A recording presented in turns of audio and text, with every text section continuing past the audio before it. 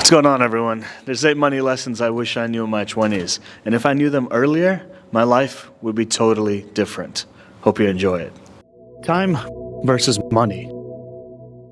In my 20s, when I thought of my future self, I always thought about earning $1 million or multi-million dollars each and every year. But what I never thought about was a simple fact that earning $10 an hour, and let's say there's 50 weeks in a year and you're working 40 hours per standard week, you do that math, it's $10 an hour times 2,000 hours in a year, which is then $20,000 a year. If you earn $20 an hour, then 2,000 hours makes that $40K. And if you earn $50 an hour times 2,000 hours, that's $100,000. So then earning $1 million, if you do the math each and every year, you need to have quote unquote a job or a way to earn $500 each and every hour consistently, 40 hours each and every week, that to at least 50 weeks in a year. I never thought about what job actually pays for real, like $500 an hour, that too consistently. So long story short, understanding time versus money to get that amount of money that you need. Is there really a way, if you want, let's say $100 million in a year, is that really going to come from finding a job that's going to pay you whatever that math is of like $50,000 an hour, that to 2,000 hours each and every year consistently, and then year over year over year. I always thought of myself growing up as a trader, specifically in the stock market. And this was before, let's say, cryptocurrency came to where it is today. The point is, when it comes to the market and you're actually trading, let's say each and every second you're looking at the charts, you're doing your technical analysis, your fundamental analysis, all these good things. In the end of the day, I'm trading my time for money. And this is a side note, but the funniest thing about the stock market and being a trader, it's one of the few jobs where you can spend all the time in the world and still lose money at the end of the day, each and every trading session. So the point here is that at the end of the day, I would really want to say that it's important to consider time versus money, because you can only spend so many hours or so much of your brain power specifically trying to earn money, where another alternate solution is an example of right here. I'm talking to you on camera, making this YouTube video, and definitely I expect some views to trickle in maybe in the middle of the night when I'm asleep. And if you consider that passive income or otherwise, it's still about putting that initial fundamental time into said craft, but the money, or in other words, the value you're adding to the market, can definitely come back to you at a later point, depending on the vehicle of how you want to make that money, whether you're spending your time consistently or spending your time hopefully once to earn that money later on, both in the short term and the long term. Understanding what your rich life is. There's a guy named Ramit Sethi. He's like a financial guru, like a Dave Ramsey kind of guy. And I used to have a lot of feelings in my 20s about these type of guys saying, what is the best way to be rich, or,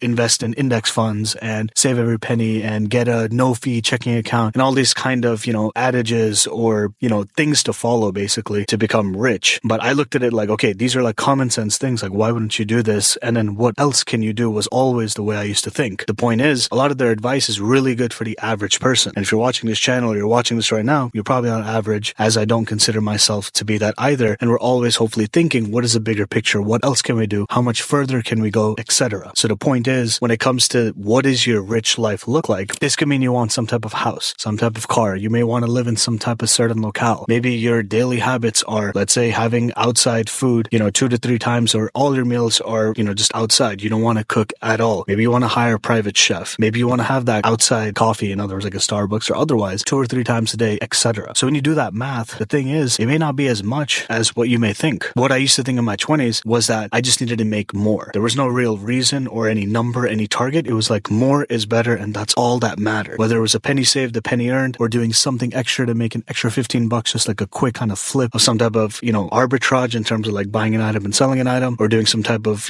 simple side hustle like an Uber Eats or DoorDash kind of thing. Like everything, every penny I thought I earned was the most valuable thing in the world. And that's not really a bad mindset if you have infinity time. And in my 20s, I felt like I had infinite time. And even now, there's a lot of life to be lived and it's all good. But at that time, I really thought time was infinite. So the point is, when you understand what your rich life is, how much that actually costs, you may realize it doesn't really cost that much or like an infinite amount of money. So when you reverse engineer what you want and how much that costs, it could actually give you more stability or state of mind in terms of like peace and mental like acumen to actually think through, how do I do what I need to do and when can I actually do it? And all the obstructions, all the things that are stopping you from getting towards that goal, they simply just disappear because you're focused on exactly what you need to do to get that specific number, whether that's a daily income goal, a monthly income goal, goal and whatever that total amount is to afford your rich life in the longer term. You can save 100% of your money, but you can earn an infinite amount. In my early 20s, I became the number one saver. Like in the world, I was probably the number one by my own standards because I could save each and every penny to, like, if there was a smaller fraction of a penny, that's me. I could do that so perfectly. But what I learned too late in life was that, okay, I can save,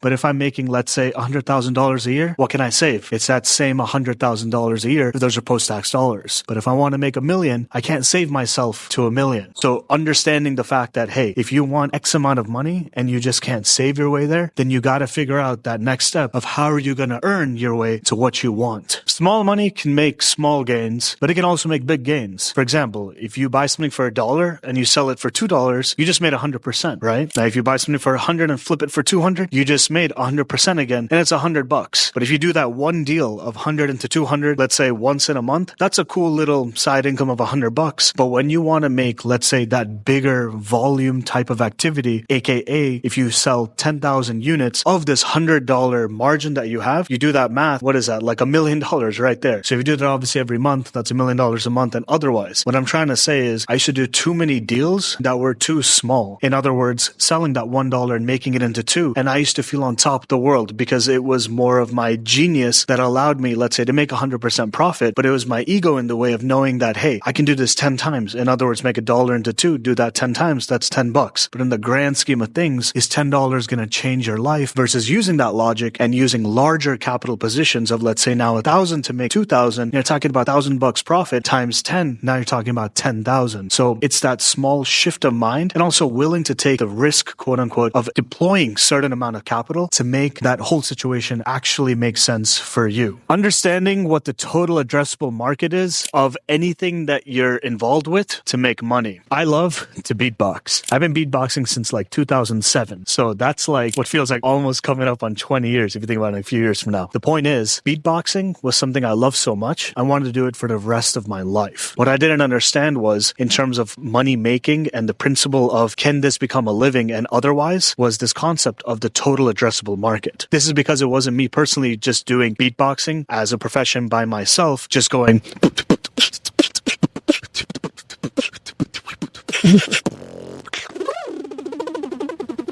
The point is, it was about doing it even at a bigger scale. And so from learning it right here on YouTube and after practicing on my own and figuring out that there's a community online, then taking it even forward where I, and not just myself, definitely there was a team behind it, but making the largest international beatbox battle events across the globe right here in the United States of America. The point is, I took it all the way. And the truth and the fact of the matter was that from a total addressable market perspective, if you think about it, the craft itself, it doesn't really cost any money. It's pretty much you doing it on your own. Yeah, there's few equipment, there's some certain kind of things you can buy like microphones and otherwise, but within the economy of the people itself, if you think about how much capital is within that market, it may not be, let's say, the most. And my intention, because of how much I loved it, wasn't to get funding or earn money from the people within the community, but understanding what other industries are connected to everything beatbox, in other words, the music industry. And when it comes to beatbox specifically, there's a lot of funding that may come from bigger companies that make sound equipment, certain type of electronic devices that we use to supplement beatboxing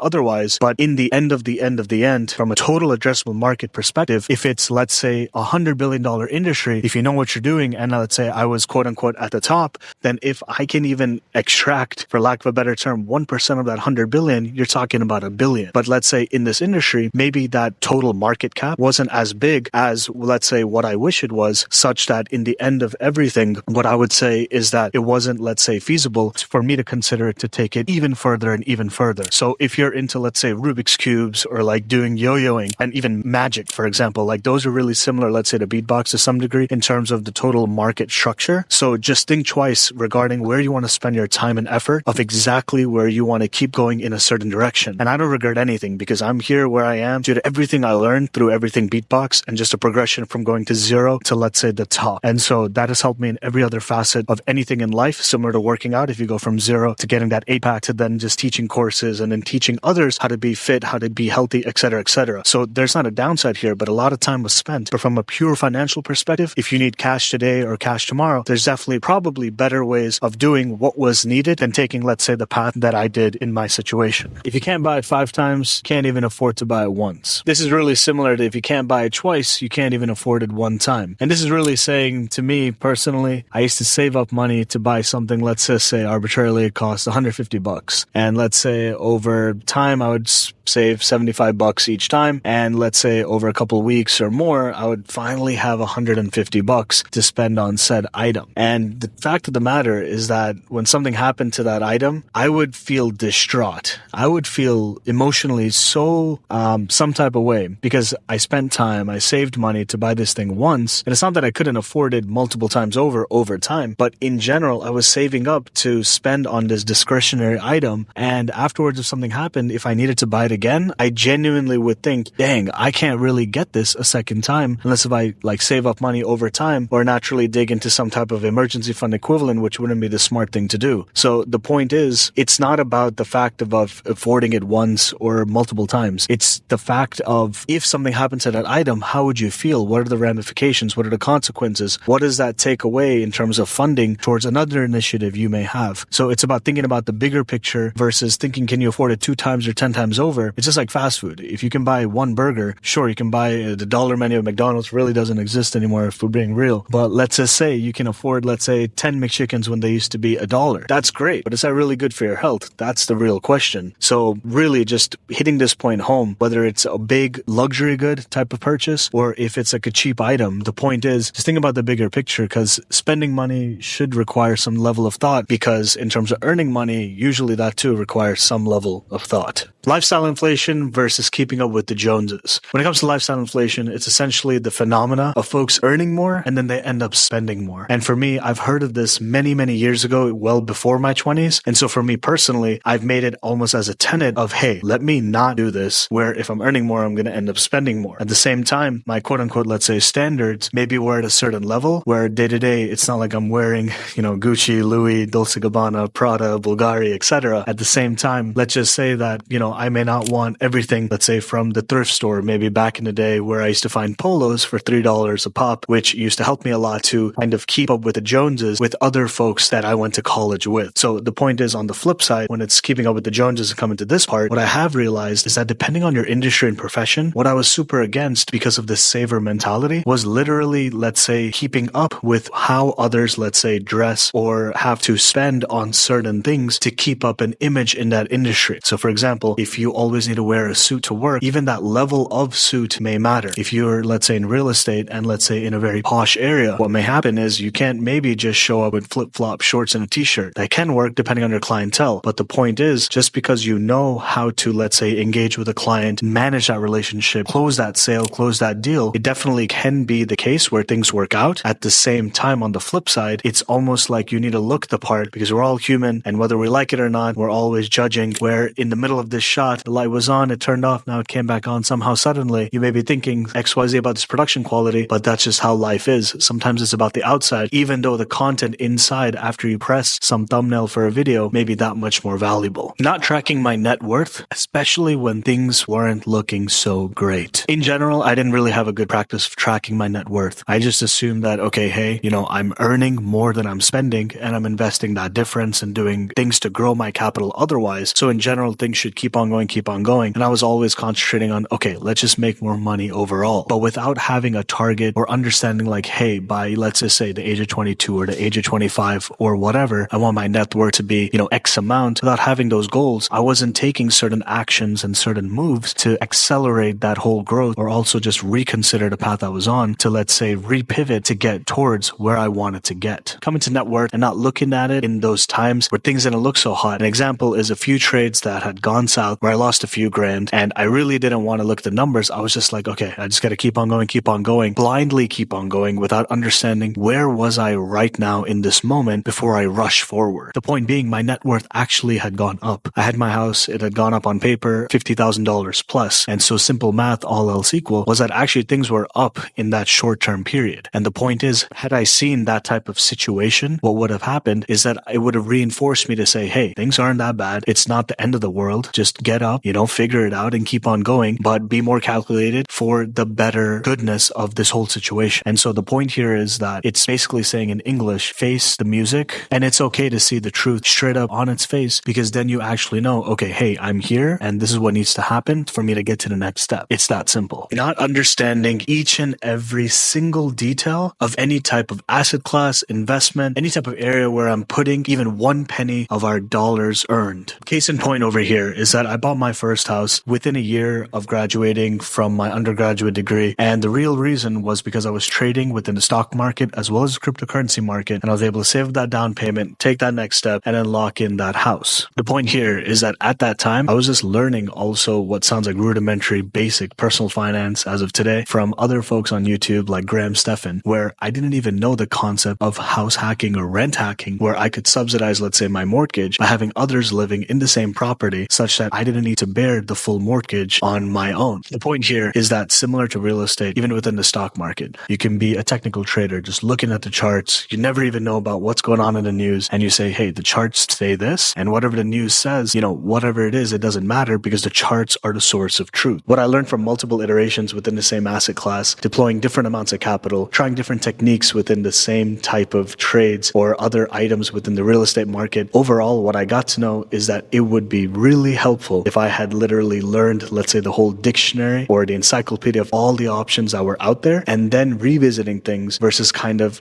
swimming through the dirt and then learning step by step. And the lucky thing of doing this is that at least I was doing something where the benefit was that, hey, I'm not, let's say, in my 40s where it's my first stock trade. I have a good amount of capital and I, put $100,000 on the line and I lose 50K just like that because I don't know what I'm doing. It wasn't like that type of situation. So the good thing is at least I was trying. At the same time, the lesson learned is that as we're trying, learn even more versus just sticking to what's working, because that same method may not work, let's say 2 years later, because maybe some market condition changed, maybe interest rates change, and that was some type of arbitrage opportunity in that moment. Maybe things change with regulation in cryptocurrency markets, etc., etc. So always learn is indirectly what I'm really trying to say. And at the time, I think I was so confident, maybe because of ego or otherwise, of extracting what value I had in front of me versus thinking about the real bigger picture as a whole. Health is wealth. This is a super cliche term we've all heard, but in my 20s, I really thought that, all right, nothing can hurt me. I'm invincible, and all the things that all of us think when we're a lot younger, and a lot of older folk tell us, oh, someday things are going to change, Billy, you'll see what happens.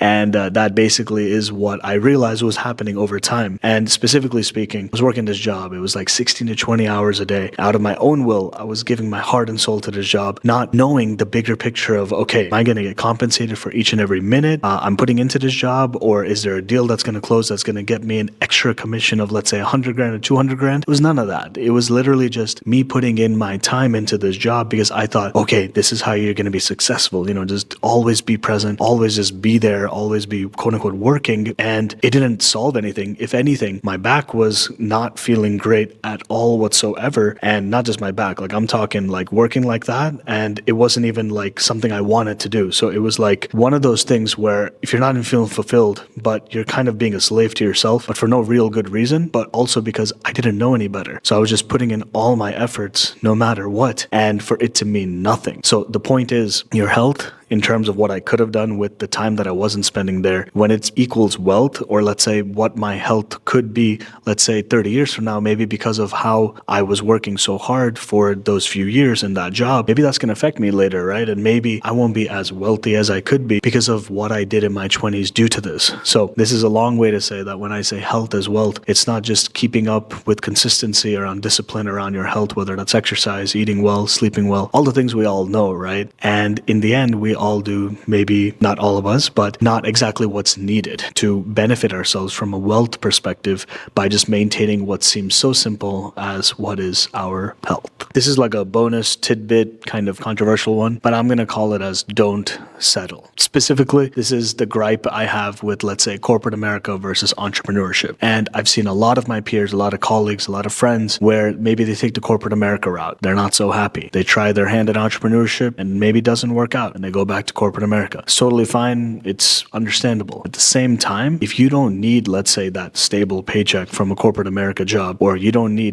X amount of a few grand coming in through that type of job, and you can actually, let's say, for example, in a perfect world, right, live at your parents' home, not make too much money, let's say, but you're on the path to making more, aka, let's say you have this entrepreneurial idea and a plan of execution and you're going towards that, goal in general, then why not do that? So what I'm trying to say is a lot of folks, let's say they're making just, $1,500 or $2,000 and that's enough to break even because maybe they have a subsidized living situation or otherwise. What's really going on here in pure financial / mathematical sense is that their burn rate is so low, relatively speaking, and they don't have these, a luxury car, right, in your 20s that you have this monthly payment now that, you're not maybe flush with cash or maybe making so much. And now you're just kind of not just stretching yourself thin, you're kind of boxing yourself in. It's kind of like these handcuffs of sorts, where not exactly golden handcuffs where you got to stay to a job because of this scenario, but indirectly, yeah, you have these monthly minimum payments to make up, which what are you going to do? Nothing but the fact that you need to go make that next dollar, go to work the next day and keep on going. So it's not just about keeping your debts low or monthly minimums low or fixed costs low, variable costs low, all those type of things. It's about understanding the picture of where do you want to be 5 years from now. You stay at a corporate job, let's just say out of college, things have changed, but let's just say, you're starting at 50K or 60K, then you go to 70, 80, 90,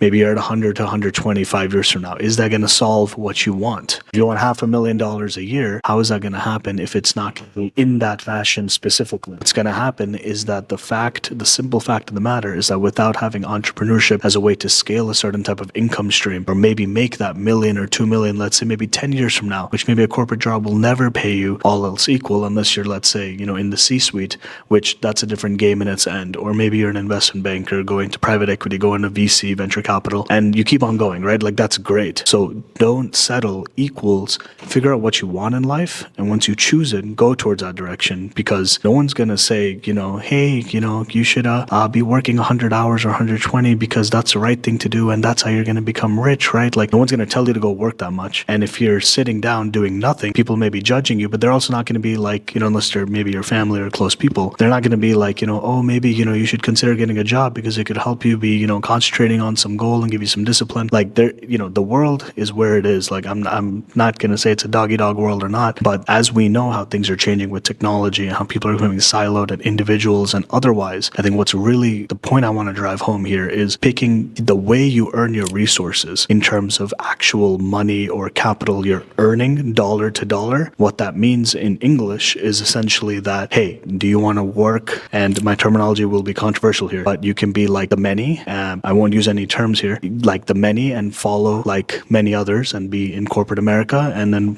earn an average amount to live an average life, or less than average, a standard of living. It's been decreasing over time. Or take that risk to earn, let's say, not necessarily zero with entrepreneurship, but get it past all those ranges of what you can earn with corporate America, which you can never extract from there, or any other type of hourly job, minimum wage job, etc. So don't settle equals. If you can do it and you want to do it, go do it. Because if you don't, the only one you're answerable to yourself is yourself when you look in the mirror, whether that's a year from now, 5 years, 10 years from now, and other people are maybe wanting to depend on you if that's how you want to set your life up with a family or otherwise. And so don't settle really means so many things here, and it could be in its own video, but choosing which way you earn these resources in today's economy, because we're not cavemen where we're, trying to find our food and then bring it back to the village. It's about earning each and every dollar or whatever currency you want to earn your money in to get said resources for that next step. So think twice is really what I'm saying.